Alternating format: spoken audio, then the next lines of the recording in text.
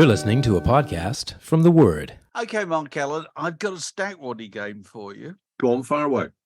You are no doubt familiar with the 19th century, I don't know, what do we call him? A writer, sociologist, Henry Mayhew, who documented the lives of the London poor and what would subsequently be called the underclass, I suppose. Yeah. And he was the first person to write down a great deal about the kind of subculture of the seamy side of Victorian London. So what I'm going to give you, Mark Allen, is a load of names of outfits, and you have to tell me whether these are actual criminal gangs as documented in Henry Mayhew's survey of London lowlife in the 19th century, or are they Irish American punk rock groups? Okay. Okay, over to you, Mark. Here we go. Here's the first. All right, I'm going to scribble them down. Go on. Okay, I'll just give them one at a time. You shout them out. All right. The Dropkick Murphys. Oh, that's a group. No, I've heard of them. Definitely, but that's a good name. Yeah, Dropkick Murphys. Dropkick Murphys are a punk rock band from Quincy, Massachusetts, in the United States. It's, very often from the eastern seaboard of the United States. Yeah. Okay, the Drag Sneaks. The Drag Sneaks. Are they an actual criminal gang as documented in Henry Mayhew's survey of London lowlife in the 19th century, or an Irish-American punk rock group? I think they're a criminal gang. There's something about that suggests furtive action down alleyways and carting unfortunate people around by felons. Yeah, absolutely. They're people who steal goods from passing carts. Oh, brilliant. Okay, the Greenland Whale Fishers. That must be a band, because they wouldn't be called the Greenland Whale Fishers if they were operating in London. It has to be a band, presumably from somewhere up the northeast end of the great United States. This is actually from Bergen in Norway. Okay. Oh, okay. The next, Filthy Thieving Bastards. the Filthy Thieving Bastards. That is patently a band. It's got to be a band, because no gang would call themselves something quite as obvious as that. That's great. It's really funny. They're an American punk rock group from San Francisco, California. Okay, these are great. These are brilliant. The Bug Hunters. A gang, I think, but I don't know why. Why would they call the Bug Hunters? Do you know why? Because they go through the pockets of drunks in pubs and steal whatever they got. This is good. They're Bug Hunters. Yeah. What about the Sharky Doyles? The Sharky Doyles. Is that an actual criminal gang from Henry Mayhew or Irish American? Well, I think it is, because of the Irish connotation of the word Doyle, and indeed possibly of the word Sharky. So I'm guessing that that's a gang, but I don't know. No, it's a group from the south side of Chicago who play drinking music for the working class crowd. Oh, right, okay. About the Noisy Racket Men. A gang. Surely a gang. They steal china and glass from outside china shops. Oh, that's brilliant. And finally, the Sawney Hunters. Irish-American punk rock group or actual criminal gang? I'm thinking Irish-American punk rock group, but I'm No, they're an actual gang from 19th century London. They steal bacon. Do you know what they do, Mark? Go on. They steal bacon from cheese shop windows. This is superb. Someone's got to. A lucrative business. The Word Podcast. 2 cocoa tins and a piece of string. So, did you see, I think you did, that extraordinary story this morning about how a cache of Bob Dylan's love letters has been discovered, and it's being sold at a Boston-based auction house. And they're discovered, and they were all addressed to a girl called Barbara Ann Hewitt of New Brighton in Minnesota. These are teenage love letters. Teenage love letters, absolutely. Let's make that absolutely clear. They were written between, I think, 55 and 57. He was about 15, 16 years old, 15 to 17, I think, and 42 letters that he wrote to this girl that he was besotted with. I mean, it really sounds really, really sweet. And he talks apparently about wanting her to go with him to see Buddy Holly playing in Duluth. and he talks about all the records he's been listening to, and he talks about all the cars and all the fashions of the 1950s, and about fantasizing about changing his name and how he's going to sell 1 million records, and all the music he loves. And I think that they did. I think he was, and how he's preparing for a Hibbing High School talent show. And I mean, it just sounds really touching to me, and God, wouldn't you love to read them? Because the fascinating thing about this sort of stuff is that there's so little information about people before they're famous, as it were, before they're well known. And before you become Bob Dylan, at which point everything you write, in the back of your mind, there is the possibility that might be reproduced or quoted at some stage because you're Bob Dylan. But before that, you're going to be completely unself-conscious about what you say to somebody. And I just thought it was a really touching story. The amount of money, Dave, $250,000. Because you don't get the copyright, do you? Quite right. No, and quite rightly. Yes. No, you can't, because I thought at first that would sell for a lot. Which I think Leonard Cohen had some love letters that sold not long ago, and I think they sold for something like in 2019. Sold for something like The Ones to Marion actually sold for $690,000, I think. So, you can imagine that they would be really valuable. And I thought at first that a publishing company would buy them, and then you could possibly, reproduce them. But you can't legally. He owns the copyright.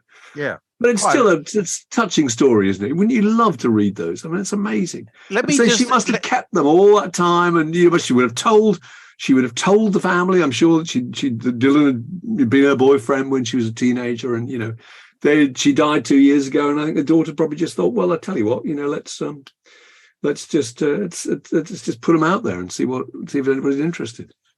Because presumably she couldn't just give them to a museum, could she? Really? If you gave them to a museum, they'd have to exhibit them, and then people would have to read them, which again is then they would quote them, wouldn't they? So let me ask you a question, Mark Ellen. Yeah. You say you'd love to read them.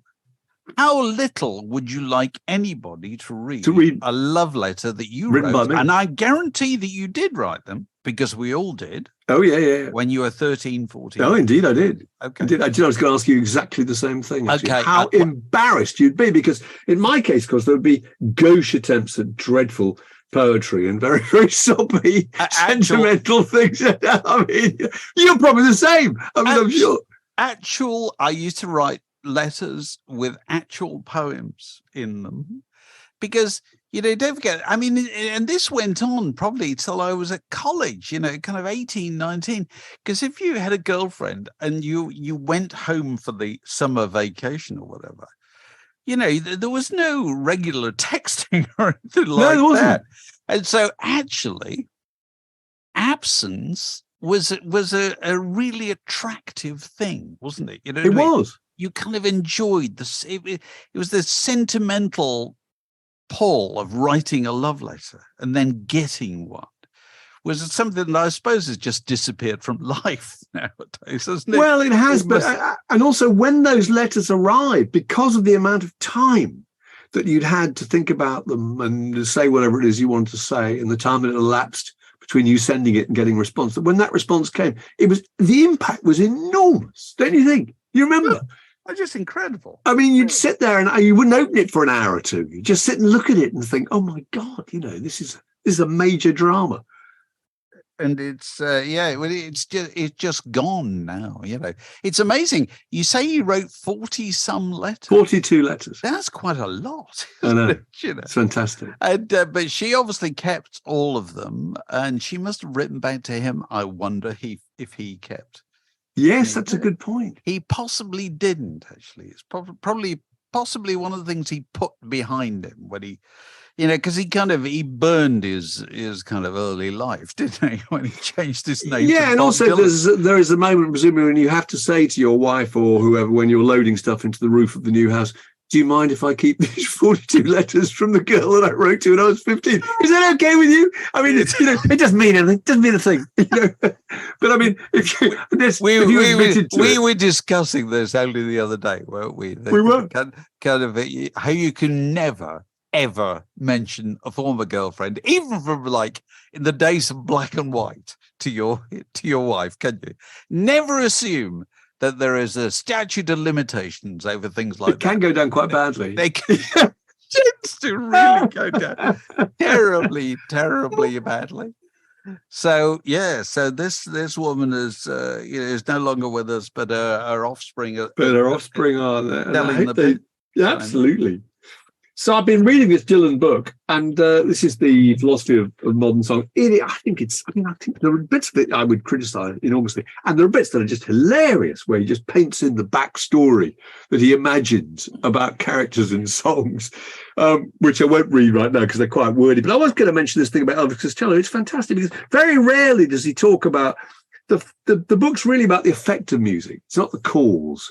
It's not about why somebody wrote that song, or the biographical information about the songwriter or the singer, or the recording process, or the mechanics of how it was all bolted together, which you would really like. It's about the effect. It's about what it's like to listen to these songs and how they, fire his imagination. But the stuff about Elvis is one of the rare occasions where he actually talks in some detail about, about what Costello was like as a songwriter. And he said, I just read it a little bit. He says, Elvis Costello and the Attractions were a better band than any of their contemporaries, light years better. Elvis himself was a unique figure, horn-rimmed glasses, quirky, pigeon-toed and intense, the only singer-guitarist in the band. You couldn't say he didn't remind you of Buddy Holly, the Buddy Holly stereotype, at least on the surface. Elvis had Harold Lloyd in his DNA as well.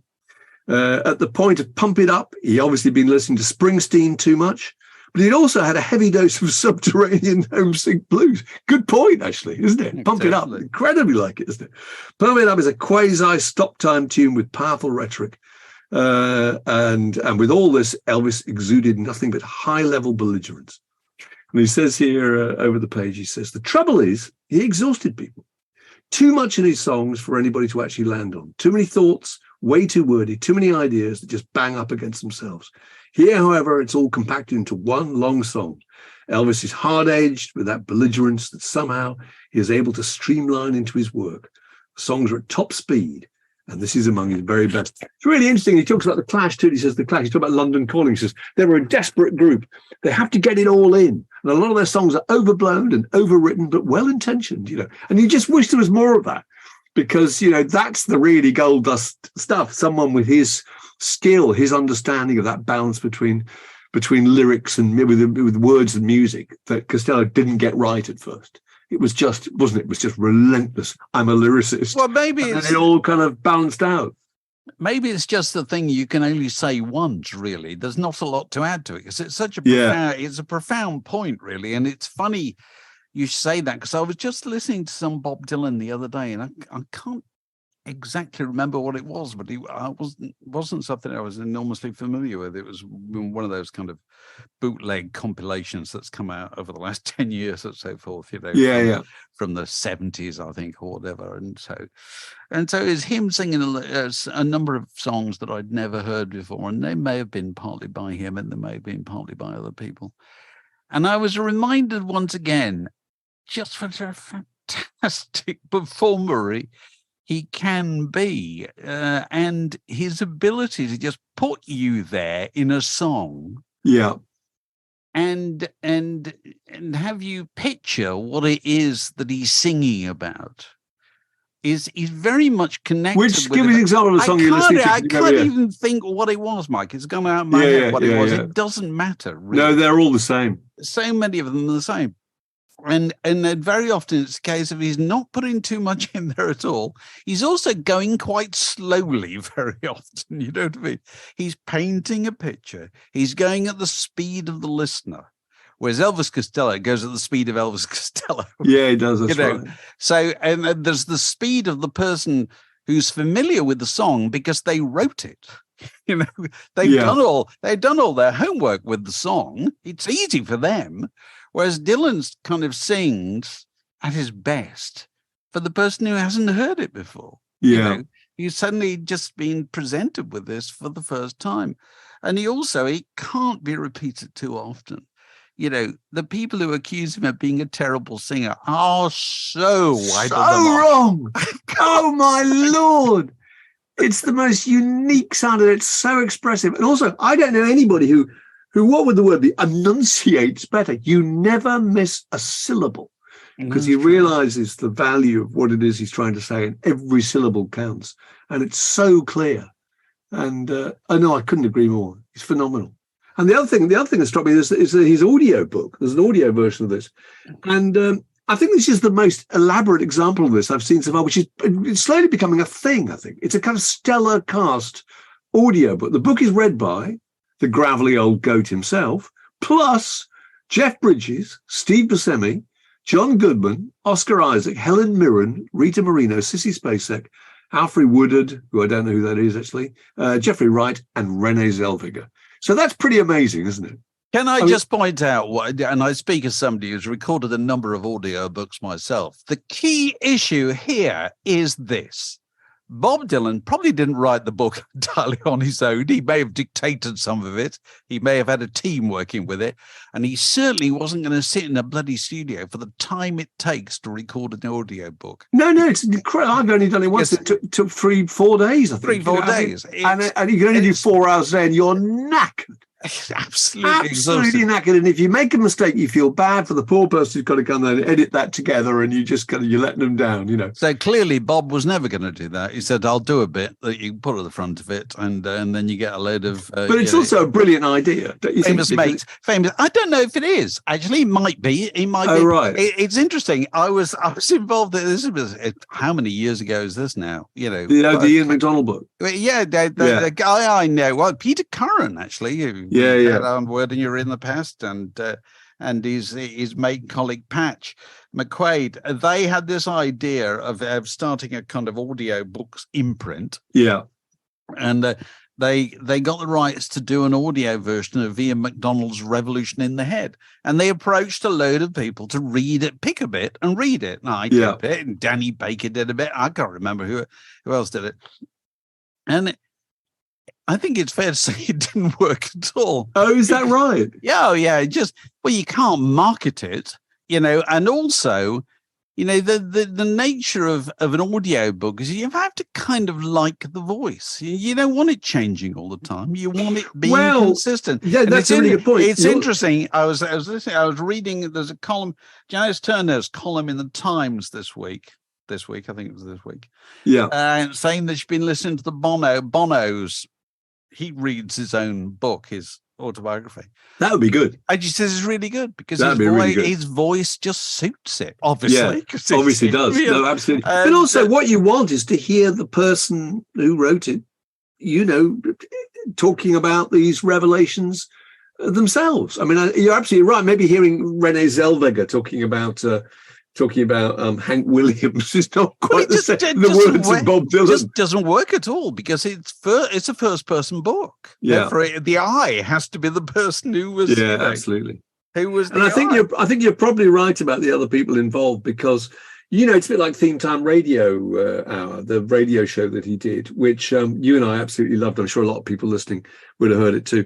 And, you know, it was very obvious then that and he used to credit them, that he had a team of researchers digging up information about these records that he was talking about. And he also often sounded like he was reading off a piece of paper, didn't he? I mean, he was. But I mean, it struck me that he's Bob Dylan, and Bob Dylan is not going to do any research. He's just not. No. He's not going to do any research because he never has had to in his life, and he's not going to start now. So all he's doing is telling you his idea of research is what he personally feels or remembers about that particular artist. He's not going to Google them and find out what year that was. It's a wider point, actually. Yeah. Big stars. Here, I put it out there. Big stars don't do any homework at all. No, they don't do any prep. They think it's kind of below them, beneath them, you know.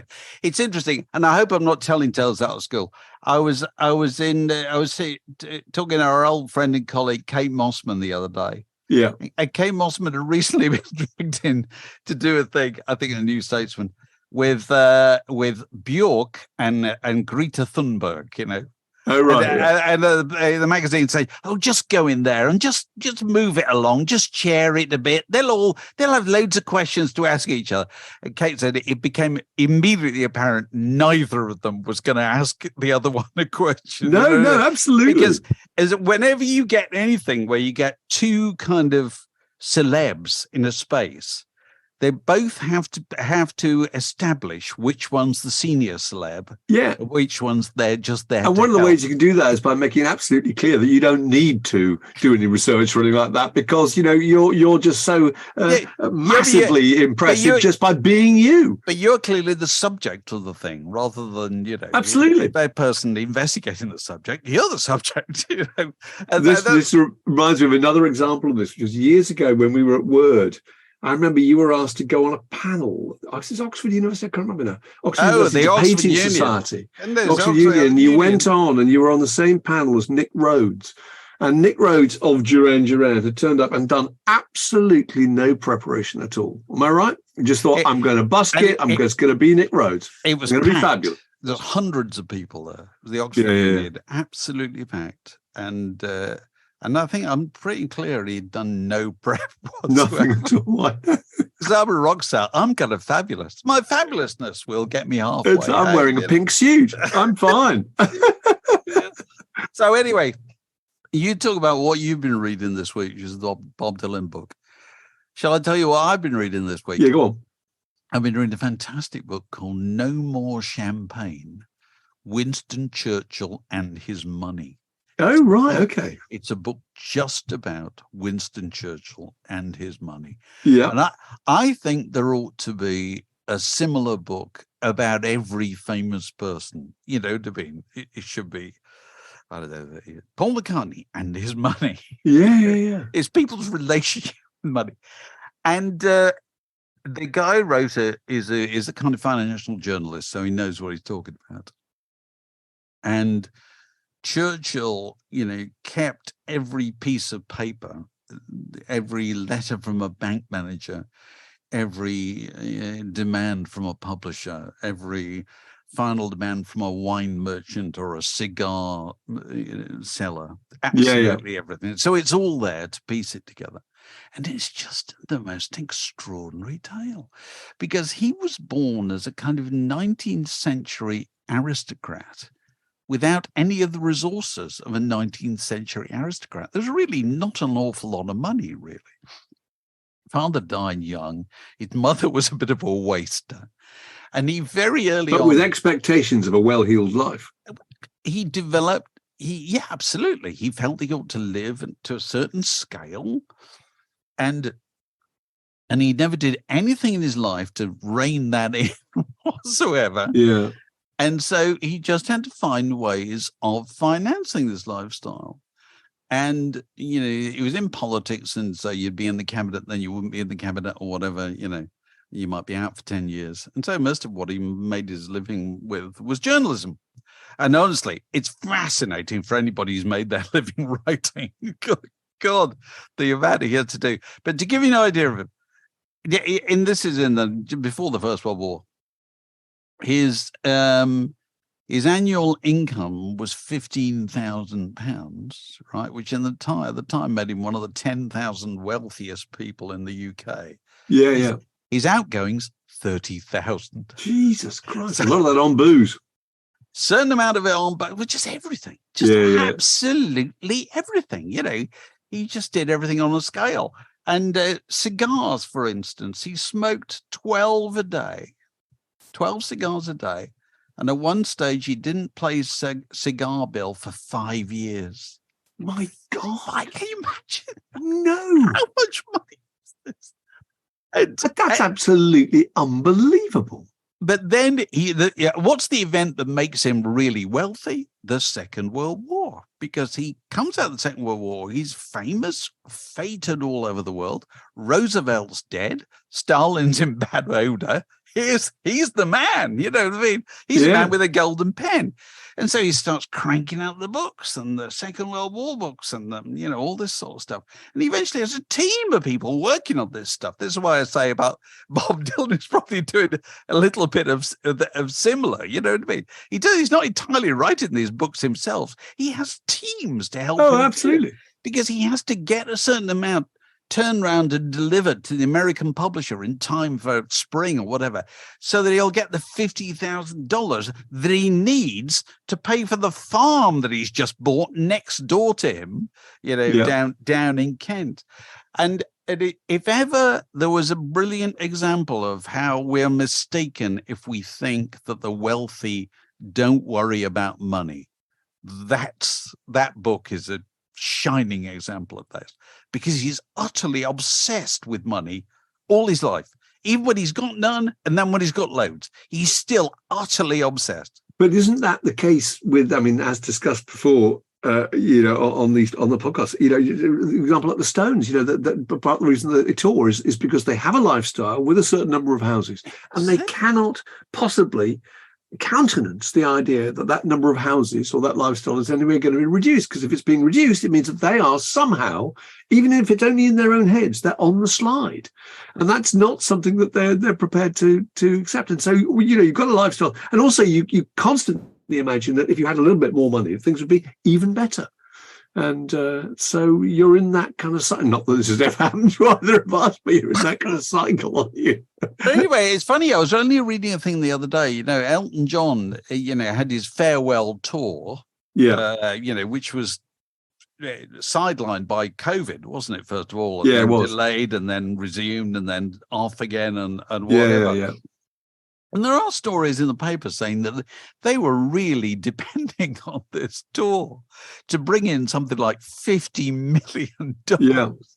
And that he had it earmarked for his retirement. You tend not to think of Elton John going, I'm a bit worried, Yeah. I'm going to get the cold weather payment. Better line the pockets, because the old heating bill's going up. Or even the price of milk. The scale of the way they live. If you're Elton John, you got four homes in different continents, haven't you? For a start, you got homes where you've fresh flowers in every room. All those extraordinary stories about him. I know. And now he's got family, and all that. All that only adds to it. You wait until they start growing up, and and adding to the demands. So if you want to understand why your favorite elderly rock star hero keeps on touring, my advice to you is go and read No More Champagne, Winston Churchill and His Money. The Word Podcast, one of the few things you really need in life. Somebody asked me an interesting question on Twitter the other day. They said, what's the record you've played most of all your records? Interesting point, really. Yeah, it's a good point. And so I thought, well, it's obviously got to be something that I've had for a long time, because, hence, and if you bought it a long time, it's probably something you bought quite early on, because quite early on you had very few records. Consequently, the few you did had, you played an awful lot, So your early records, you have played more than your more recent records. You must have done, mustn't you? But also, this is going to be a record that just has a certain mood that never lets you down. There's something dependable about it, isn't it? It's not definitely. You're not listening. You're not. It's not the kind of thing. It's not. Well, I don't want to anticipate anything. It's not. I don't know. Television's marquee moon. Which not at all. We all admire it. We all admire it. No, but there are only rare occasions when you really want to hear that. It's not going to just give you a guaranteed lift every time you smack it on. Yeah. So here's what I've chosen: Lifts. I best I can guess it. Yeah, I thought it would be. Copy of the first Rolling Stones album. I thought it would be. That's a great record. You are. It's a great record. I'd still hold it's the greatest debut record ever made. People say, well, listen, it's not Rolling Stones song. That's what's good about it. They didn't write any of it, really, apart from Little by Little. It's made time. Tell me You're Coming Back to Me. Is that on there? Yeah. They wrote something. That was the first. Yeah, that was the first. But it's It's Chuck Berry, isn't it? It's Jimmy Reed. It's Jimmy Reed. It's Slim Harpo. Carol. King B. It's Muddy Waters. I Just Want to Make Love to You. All recorded in kind of an afternoon in Denmark Street, an impact sound in Denmark Street, with the tape machine that was just connected to the wall and was barely any good to use for demos. It's a sound that they never improved on to my ears at all. And so it's now, it's about 60 years old or whatever, and I put it on, and it still thrills me as much as it did back in But it's 1964. that wonderful sound where they're still really tight and raw, and that lovely Mick Jagger harmonica and everything about it's a club sound, isn't it? It's their It's set. amazing. It's like the Beatles first album. It's their set, really, isn't it? Yeah. So what's yours? Mine is, and I don't even know when this record came out, actually, but I guess it must have been in the 1970s, but I've had it forever, and so's my wife. One of the first things I noticed when we first started going out is we both had it. It's called Intensify. Oh, a Scar. Do you know this compilation. one? I've got it. Fantastic. This is an island compilation. It's called Intensified. Came out in the 80s. Was it the 80s? Maybe it was the 80s. Yeah, well, maybe early 80s. I'm not sure. Possibly a reissue. Yeah, but it's El Pussycat by Roland Alfonso, Solomon Grundy. It's got James Bond by Roland Alfonso. It's got Penny Reel by Eric Morris. The Higher the Monkey Climbs. Oh, Penny Reel! It's that's fantastic, and it's got that rackety, rattling of dustbin lid, echoey, thin Scar sound with reedy old saxes. It's really interesting. On the back, it says that actually pretty much the same musicians are backing all these musicians, so it's the same band. So you got people like Rico Rodriguez on trombone. Rico, of course, who was in Specials records, and Alfonso on tenor sax, and Ernest Ranglin, who was when we did that interview with Chris Blackwell. He's talking about, I think pretty much the first record, the second record he ever put out, I think on Ireland, was by Ernest Ranglin. It's just fantastic. The Maytals are on there, and there's something about ska music. Is my feeling. There is. There's ska music. There's not a person on God's earth who doesn't like ska music. Not that anyone ever does it, but if you were to put on a ska track at a wedding reception, if you stuck on, Penny Reel at a wedding reception, I can't see how all generations wouldn't shuffle onto the dance floor. It's fantastic. It's permanently enthusiastic and upbeat, and it's wonderful. It's never let me down. Well, I'm at the top of the house when my granddaughters come up to visit me at the top of the house. And they want a record put on. It's always a ska record. Is it? You put any ska record on, they just leap up and down. They have no idea whether it's 50 years old or made last week or whatever. It's just got that. Well, it won't be long before they're turning up saying, can we hear, grandfather, can we hear Intensified, 1962 to 66, please? Yeah. And hear the great trombone worker, Rico Rodriguez. Yeah. As long as they don't come and ask for Suede, I'll be all right with them. So while we're talking about the Rolling Stones, Bill Wyman. What were pretty you much saying? 30 years ago, he retired from the Stones. I think it might have been in very early December, but it's pretty much 30 years ago now, 1992. Bill Wyman knocked it on the head. And God bless him, I wonder if he's ever regretted it. He's never gone back. He's had a few little side bands, hasn't he? He's done a few odds and ends. But 1992, he left the Stones. So was that when they announced he was leaving, or it was, wasn't it? Because didn't he leave and they just sort of wouldn't accept it? But he told me this story himself. Oh God, what did he say? That after the whatever it was, they dicked around in the 80s with Mick and Keith not really speaking to each other, and both. Well, the Stones didn't really exist from about 82 to 87, did they? Something like that. And then they went back on the road, and it's a big tour. And at the end of that tour, Bill said to them, that's my last one. I can't be going through a 5-year period where you're making up your mind whether you're going to be on tour or not, because I got my life to plan. I've got Sticky Fingers restaurants to run, or whatever he was doing. And so he said that, and then sort of 2 years later, they rang him up and said, "Right, okay, we're off. We're rehearsing. It starts a few weeks' time in Canada." He said, "Well, no, I told you I was leaving." And they pretty much said, "Well, it must have been Mick who said it. We thought you were joking." You thought you were joking? How can you believe? I know. You see, and I think it's brilliant, the idea that there is no mechanism to resign from the Rolling Stones. You can't call HR and pop in and say, I'm handing in my notice here. Yeah, I've been bullied. I hereby resign from the Rolling Stones. I wish you and the rest of the chaps all the best in the future, and I will continue to support you from the backbenchers, kind of Yeah. thing. You know? But it's been a wild ride, but that's my lot. You can't do that. You just have to tell them, and they don't take you seriously. No. Refuse your offer. And so now it's 30 years since it was publicly known that he left, and so the chap who has been playing the bass ever since Bill left, whose name I still can't recall. Daryl Jones, isn't it? Daryl Jones, yeah. Has been in the group longer than Bill Wyman was in the group. I know, it's incredible. But and we don't know who he is. He never appears in any of the pictures. No, absolutely. I know. So there you go. The Word Podcast. Fix yourself a drink and it's like being in the pub. Well, welcome to another birthday guest slot on the podcast, and we're joined by Peter Petyt. And Peter, you're in, we thought it was a fake backdrop, but no, it annoyingly appears to be real. Is it San Diego? Is that right? So, yeah, we're just on the outskirts of San Diego in a place called La Jolla. Oh, right, yes. Yeah. Now, you gentlemen, here's the first question.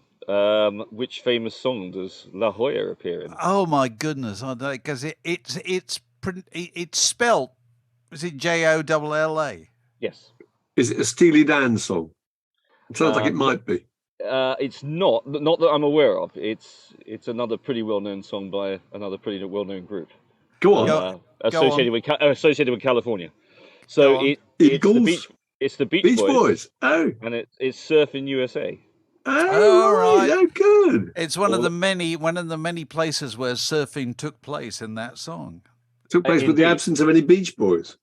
Well, I think Dennis used to surf, didn't he? I think Dennis surfed. Dennis did surf. You're absolutely right. Yeah, you're absolutely right. The others never did they? It's a fantasy of Brian Wilson's imagination, wasn't it? Mm. So, have you had your holiday? Your birthday? So, birthday was yesterday, and the reason we're here is because although we're based just outside Los Angeles, our daughter. So I'm here with my lovely wife, but daughter has just started her first year at university in San Diego. All right. And the campus is literally 10 minutes from the beach. I sometimes wonder what I would have done if I had a university campus 10 minutes from a beach. Probably not very much work, actually. I would imagine so. It is. I don't know if either of you guys have been down to San Diego before. I have. It's beautiful down here. They say it's possibly one of the nicest climates in the world, actually, because it never gets too hot, and it's never humid here, but equally it never gets too cold. All right, enough of that. Yeah. Well, there you are. So, as I said, I'm wearing a padded jacket, so let's move on. West London, and North London. Yeah. But yeah, no. So have you got an item for the agenda? I've got a couple of things. So I've done a stack waddy. Oh, go on. So I have 8 phrases, and 7 of them appear in the film Pulp Fiction. Right. Okay. 1 is made up. Okay. So here we go. Pretty pleased with sugar on top. Right. They look like a couple of dorks. What's Fonzie like? Mi casa es su casa. Martin and Lewis or Amos and Andy. That town was full of hash cakes, lemons, and rodeo riders. I don't remember asking you a goddamn thing. And this was divine intervention. Do you know what divine intervention is? God. Wow. Well, it's been so long since I've seen it. I'm going to say that it's that town was full of hash cakes, lemons, and rodeo riders. Just because it sounds so utterly extraordinary, and I can't imagine what part of the film that would have. But then, I may be wrong. Is that right? You are absolutely right. Wow! No! Wow, that's that. I don't know why it just didn't seem to sit with the others. You can just imagine it, but well, you're quite right. And so obviously that's a defect of my imagination for writing something that was so obviously not the case. But no, well done. Yes, that was the made up one. Yep. Hurrah! Terrific. And So what well about done. have you got a query too? I've got a couple of things. So I just wanted to throw a log on the remixed Revolver Fire. Yeah. Because obviously that's been discussed quite a lot in the recent podcast. And as you may recall from my first birthday podcast, I am a massive Beatles fan, and I Yeah. actually get a huge amount of pleasure out of these remixes and box sets. Um, but Mark, I was interested. I mean, you were not so much down on the remix Revolver when you were talking recently, but you were saying this is not necessarily what you wanted to hear. Was essentially a recreation of what had already gone. I mean, the way that I like to think of it actually is, what would George Martin have done if he had had the current technology available, and if people had been listening to the devices that they're using at the moment back in the 60s when these things were recorded? Because it seems to me, and I may be wrong about this, I believe that Here Comes the Sun is the most streamed Beatles track on Spotify. It is, yeah. And I think people have speculated that the reason for that might be that it sounds the best on modern listening devices. It sounds the freshest, the clearest. And I suppose it was obviously one of the tracks that was recorded very late in their career. And I'm just wondering, is it now a question of trying to remodel these tracks so that they sound freshest in the ears of the current listener? I don't know what your thoughts are.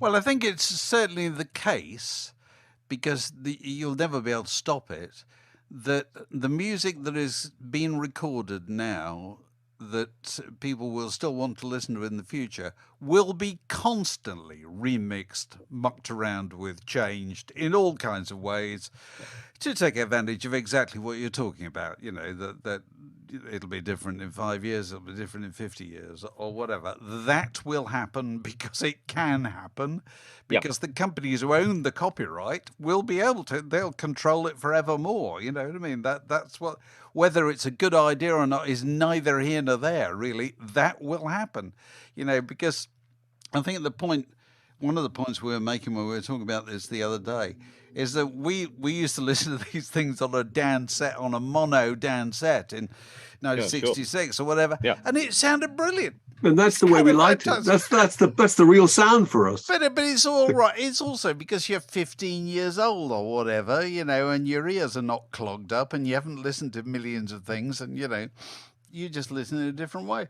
I don't think you never make the Everly Brothers sound any better than they sound on a fairground waltzer.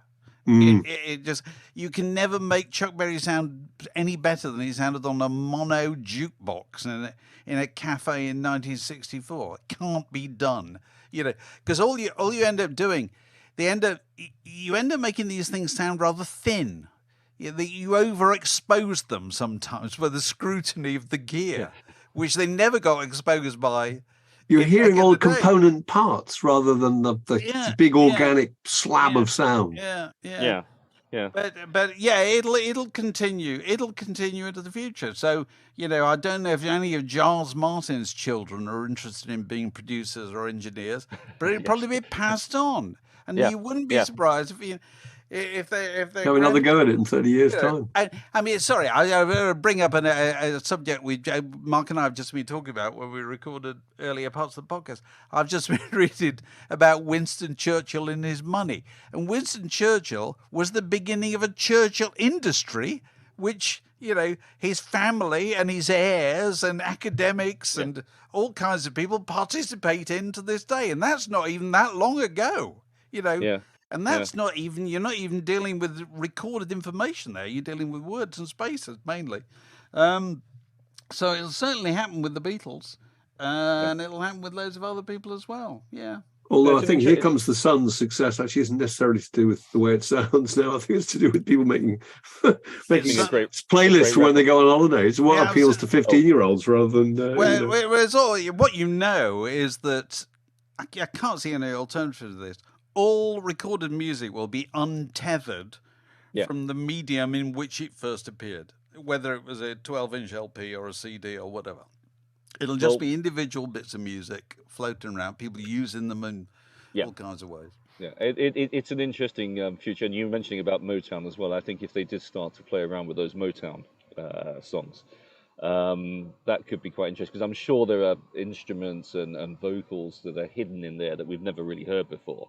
And suddenly we'll come to the fore with this new technology, this demixing technology. I can't help thinking that stuff probably doesn't exist You That know, would be interesting. and you know, because I think if it did exist, it would have emerged. Some of it would have emerged so far. You know, But also, No, whole horn sections would have been on one channel, so it might be hard to separate. But anyway, but that's the interesting thing, I suppose, isn't it? With this new demixing technology, this that was developed by Peter Jackson as a result of Get Back, they're able to. Was it Charles Martin that used the analogy? yes, he did. He sort of said that they could. Yeah, the cake, and then he came back with the milk and the flour and the eggs sort of separated out. I mean, Yeah. it does open up in endless possibilities. I'm actually very supportive of it because I actually do enjoy listening to this stuff in the car now, and hearing things that I never heard before. So, but I take the point that it's not like the original experience that we had when we first listened to it. what you'll have in the future is everything will be yours to play with. So basically, you'll have all the that's right. parts, Yeah. you'll have all Yeah. the technology. You just be able to sit there and make Taxman the way you want. yeah, you can mix it be, yourself. the way you Yeah. feel like it today, and it might not be the way you feel like it tomorrow. But Which is very interesting, yeah. So that was one log to throw on the fire. The other one is, and I suppose because we've been going to a few concerts here recently, because you can, and it's post-COVID, and of course the great thing about California is the weather's pretty good, so you've got lots of outdoor venues, and that's actually a great experience listening to things. But it occurred to me, listening to some concerts this year, about the nature of the encore. I'm old enough, and sadly you guys are old enough to possibly remember when the encore was a more, I'm trying to say organic, unexpected, unplanned. it was earned. It had to be earned. It had to be earned. But And you now didn't know it's what it was not, going is to it? be. Yeah, now it seems to me it's a bit like you have on your podcast, isn't it? This bit separates the bit that came before from the bit that follows. And I just wondered, do you have any thoughts on when that changed? Well, because I think isn't that to do with lights and technology? A lot of it. I mean, it's also the fact that people decide to program concerts like a kind of first, second, and third act play. But also, I think it's to do with the fact that every song is so dependent on a team working lights and sound that they can't spontaneously. Most groups you go and see, if you go and see them 2 nights in a row, they're playing exactly the same set because there's so many people involved. So I think it's a lot of it's to do with that kind of lack of spontaneity, that they can't do that anymore. They can't just. Do you remember John Martin used to do back in the 70s? John Martin used to do, I can't be bothered with this encore business. I'm going to do it now. That's right. And then people would just applaud and then say, thank you very much. He wouldn't move at all. He'd just carry on going to the next thing. But you see, I think people like encores because people like to feel that they affect the proceedings. Yeah. Even though And they know where they stand in the running order too. It means we're nearly at the end. So we can, well, it's kind of up to us whether they come back or not. Yeah. And very often you think, oh, you've delighted us long enough, And it's also amazing how often you go to things and the applause seems to be dying out and they still do come back. Of course. Because they've got to, because they still haven't played, 2 or 3 songs that they want to play, No, they're hits. See? Well, nobody ever comes back on encore and says, here's another tune off a new album. Ever. Yeah. That was what occurred to me because I think when I was younger, I seem to remember that you did genuinely feel that you had to shout as loud as possible, you had to stomp as loud as possible to get them to come back on. Now they're coming back on. There is no doubt about that. Absolutely always. I'm trying to think. I mean, Mark, does Bob Dylan do encores?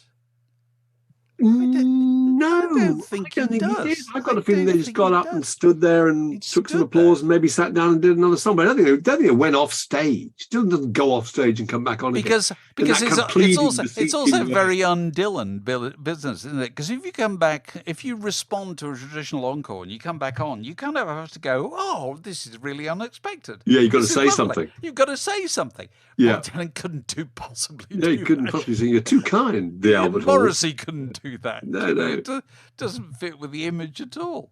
But I think I've seen certain concerts. I'm trying to think which they are recently where I've no encore, and I'd be quite pleased. Really, we don't have to go through. Got our money's worth. So many of these damn things are just ritualized experiences nowadays. Well, I think that's the point, isn't it? It's ritualized. It's not spontaneous. It's not, organic in the way it used to be. I did actually read up on this a bit. There's not that much writing that's been done on this subject. But they did make the point that apparently Elvis Presley never did encores. No. Tom Parker told him not to. Yeah. And that apparently was the genesis of the phrase "Elvis has left the building." Which Well, that would make sense. Oh, See, yeah, it does make sense. I don't think the Beatles did encores. actually, this article that I read also says that because they had to be very. They planned obviously when to get them off the stage, to get them away get from them the stadium, out. so they wouldn't be mobbed. Yeah. So I don't think that the Beatles did, because what they always used to do is McCartney always just say, "This is going to have to be our last number." Yeah. He always said that, and then they played "I'm Down," whatever it was. And you're right; they're in a car before the applause. Before they can go. So you're absolutely right. It's very interesting, and I think it's a bit of a shame in some ways, because you want the unexpected in some ways, you want the spontaneous, and you just feel now you're not going to get it. It's just part of the set list. And now I suppose with social media, and you pretty much know what the songs are going to be because they've been published the night before, haven't they? Yeah, they have. And it's a different relationship. You've paid £50 for the pleasure. It's going to be fairly ritualised. There's not going to be a lot of wiggle room in there. Well, look, interesting topic. Very interesting. I'm sure other people will have contributions to make in weeks to come. Thank you very much for joining us for your birthday. And happy birthday as of yesterday.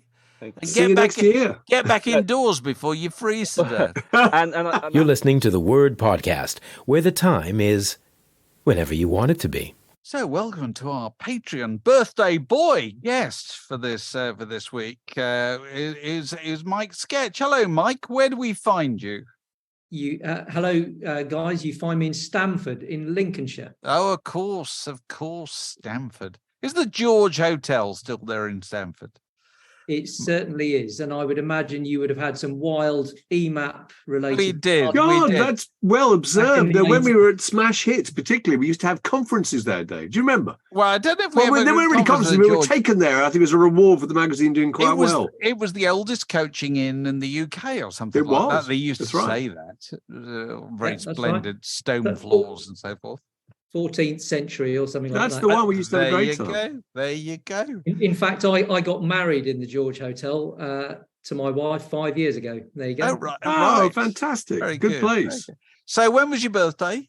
So my birthday was on the 5th of November. Oh, right. It's a while. Which was last week. A lot of competition annually. Yes. Yes. A lot of competition with firework displays, etc. But we celebrated. My wife and I are born about 6 days apart in the same year, so we celebrated the weekend before, and we went with the older children and their other halves to see Abba Voyage, which was was it good? Oh, was it any good? Very, very good indeed. Yes, that's funny. Everyone who's been says it's fantastic. So I'm so pleased. It looks like it might survive because it was a lot of money. It was a big investment. It has to, doesn't it? It has to. It really does. Yeah. No, I thought it was amazing. I mean, it's particularly the opening sequence was pretty jaw-dropping, really. So, if you haven't been, I'd recommend you go. I think I'm going to have to. That must have been an expensive. I'm going to say. So you went with your children and their plus ones kind of thing. That's an expensive evening. That is. It was when we went to the 3:00 showing on a Saturday, so us oldies could get home in time for in time for just in time. I know. For bed. Time for bed. You don't have to explain anything. Yeah.